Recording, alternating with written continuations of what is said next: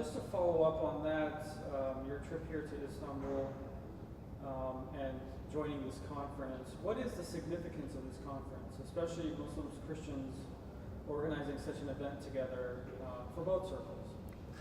I think one of the biggest, most significant aspects of the conference is just showing that people of different faiths who have very different views of things on a lot of ways can actually get along and interact without it being a big fight and an argument. I've enjoyed the opportunity to present a little bit of what Christianity has to say. I've enjoyed the opportunity to hear what Islam has to say. I don't know that minds have necessarily been changed, but just the dialogue and the interaction I find has been very helpful, because what it does is it allows me to have a much better understanding from someone who understands the other position well. So I'm interacting with the best ideas, not just somebody's description that may or may not be accurate of what Islam has to say.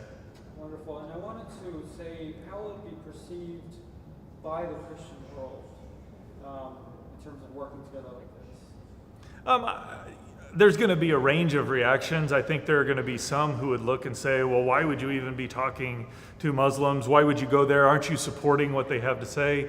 And I've thought kind of seriously about that. And I know as I see my role as a Christian is to go and where I have opportunity to tell people about Jesus and what Christianity has to say. And so I have to say I've really appreciated the hospitality of the conference and the freedom to be able to speak. But I also would have to say, unless I interact and get to know other people, I don't see how we can develop common ground, because there is a fair bit that Islam and Christianity have in common in terms of a theistic worldview as opposed to an atheistic worldview. And so I think there are going to be people who might be upset, but I also see we're called to go out and love others, and you can't love other people without being in a relationship. And so I've enjoyed the opportunity to build some relationships. Appreciate your answer very much. I want to stay on this topic for just two more points.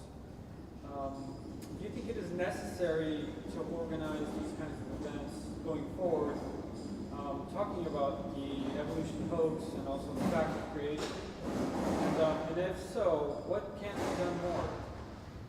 I do think this is one place of common ground between Islam and Christianity that I see, is that there is a belief that there's a God who has created everything, who's designed and fashioned this universe to support life. And so I think that interaction and that dialogue is helpful, not only to identify the common ground, but to also show people how Christianity and Islam are distinct and different. I think the better we understand what the positions of people are and what the scriptures of the different religions have to say, the better we're going to be able to interact and seek out the truth.